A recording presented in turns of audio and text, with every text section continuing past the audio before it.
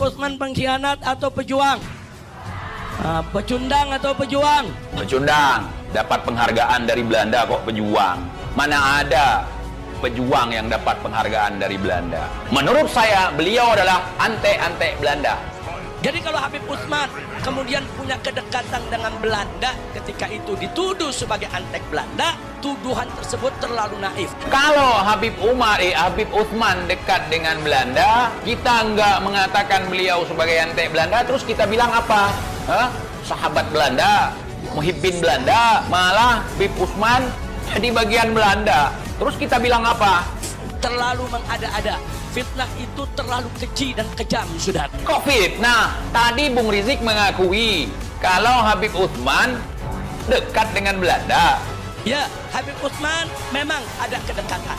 Tapi kedekatan itu sebatas beliau ingin menjaga masolihil ummah.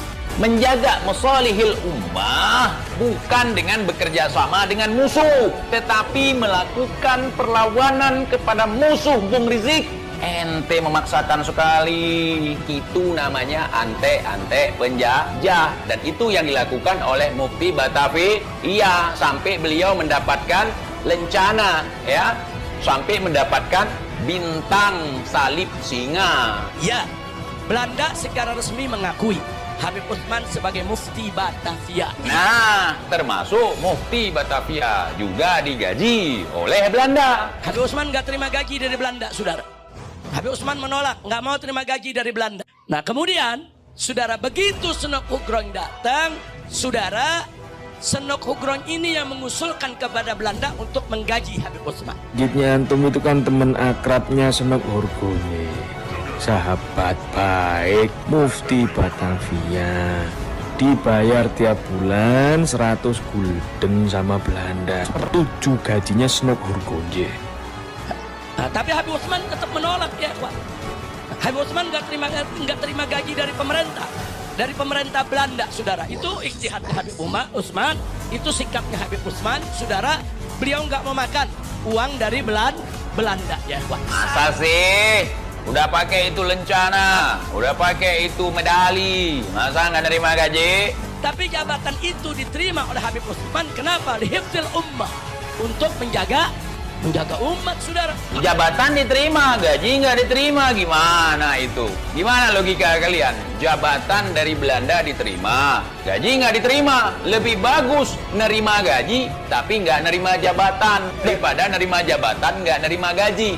Artinya kita mengikhlaskan tenaga kita untuk membantu penjajah tanpa dibayar. Tulis konyol lagi, Bung, statement Anda. Ente kadang-kadang, ya.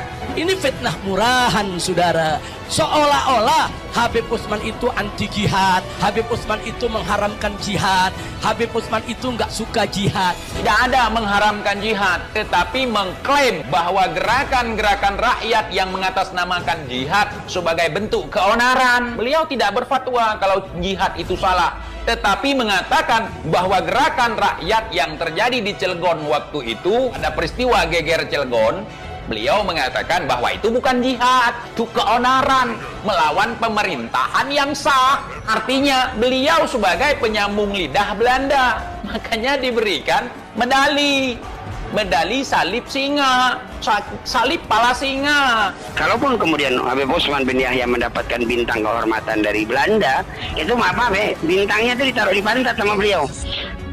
Ketika marah dengan Belanda, itu mah beliau ditaruh di pantat beneran gitu, dan itu nyata, kisah asli gitu. Itu Habib Utsman bin Yahya itu medalinya di sini, bukan di pantatnya. Di sini medali salib singa ada di dada. Itu menandakan antek-antek Belanda. Dapat medali dari Belanda. Mau kita bilang pahlawan? Coba antum pelajari dulu yang benar bagaimana kondisi pada saat itu, bahwa pemerintahan yang ada pada saat itu memang pemerintahan penjajah. Agar umat Indonesia bisa beribadah dengan baik, mesti ada muftinya, dan muftinya adalah orang Indonesia. Salah satu yang dipilih menjadi mufti adalah Al-Imam Al-Habib Utsman bin Yahya. Bahkan penyerangan ke Aceh ikut didukung oleh Mufti Batavia. Ente jangan asal-asal kalau ngomong, ya. Darah-darah leluhur kami tercurahkan di bumi ini gara-gara pengkhianat. Apa aja ente? Jadi jangan sok tahu lah. Mana ada sejarah Habib Utsman bin Yahya kemudian membantu Belanda untuk nangkepin umat Islam. Nggak ada. Kalaupun ada itu hanya fitnah dari antum-antum semua, data sejarah yang diputar-putar. Kalau saudara TIJ yang pengkhianat tetap pengkhianat. Ada Teguh Nurdin. Pengkhianat itu, dapat lencana juga, dapat medali juga dari Belanda. Lantaran karena dia keluarga, terus kita bilang dia bukan pengkhianat, dia cuma berstrategi, dapat gaji, dapat medali. Mau dia gelar Teguh sekalipun yang di Aceh, Teguh gelarnya. Kalau ada medali ini, sahih walala, tak terbantahkan, dia pengkhianat. Pengkhianat tetap pengkhianat, mau siapapun dia. Saya semangat begini kenapa? Maklum istri bin Yahya. Jadi keluarga besar bin Yahya juga. Nah, jadi kita ini semua keluarga besar bin Yahya, baik yang menantu, cucu, cicit semua, kita punya kewajiban. Jaga baik-baik nama harum dan mulianya yaitu Al-Habib Utsman bin Yahya. Ente kadang-kadang kalau memang pengkhianat, pengkhianat aja. Mau sepupu kita, mau ipar kita, mau mertua kita, mau bapak kita sekalipun. Kalau memang pengkhianat, pengkhianat aja. Jangan dibela. Cuman yang saya mau garis bawahi, apakah orang Indonesia semua yang dulu bekerja kepada Belanda, baik itu menjadi petugas keamanan, maupun itu menjadi petugas pos, maupun itu menjadi guru di sekolah-sekolah, apa semua boleh kita sebut pengkhianat? Pengkhianat. Pengkhianat. Barang siapa yang bekerja sama, yang membantu penjajah, itu namanya pengkhianat, Bung. Ya, yang melawan penjajah, yang memerangi penjajah, itu yang pejuang. Bukti jangan salah-salah mengelabui sejarah. Itu di Aceh, siapapun yang kerjasama dengan Belanda, itulah ante-ante penjajah. Mana ada orang kerjasama dengan penjajah, digaji sama penjajah, terus jadi pahlawan. Enggak begitu dong cara berpikirnya, saudara. Apakah petani-petani dulu, pekebun-pekebun yang kerja di perkebunan-perkebunan Belanda, dapat gaji dari Belanda, apa mereka semua kita sebut pengkhianat?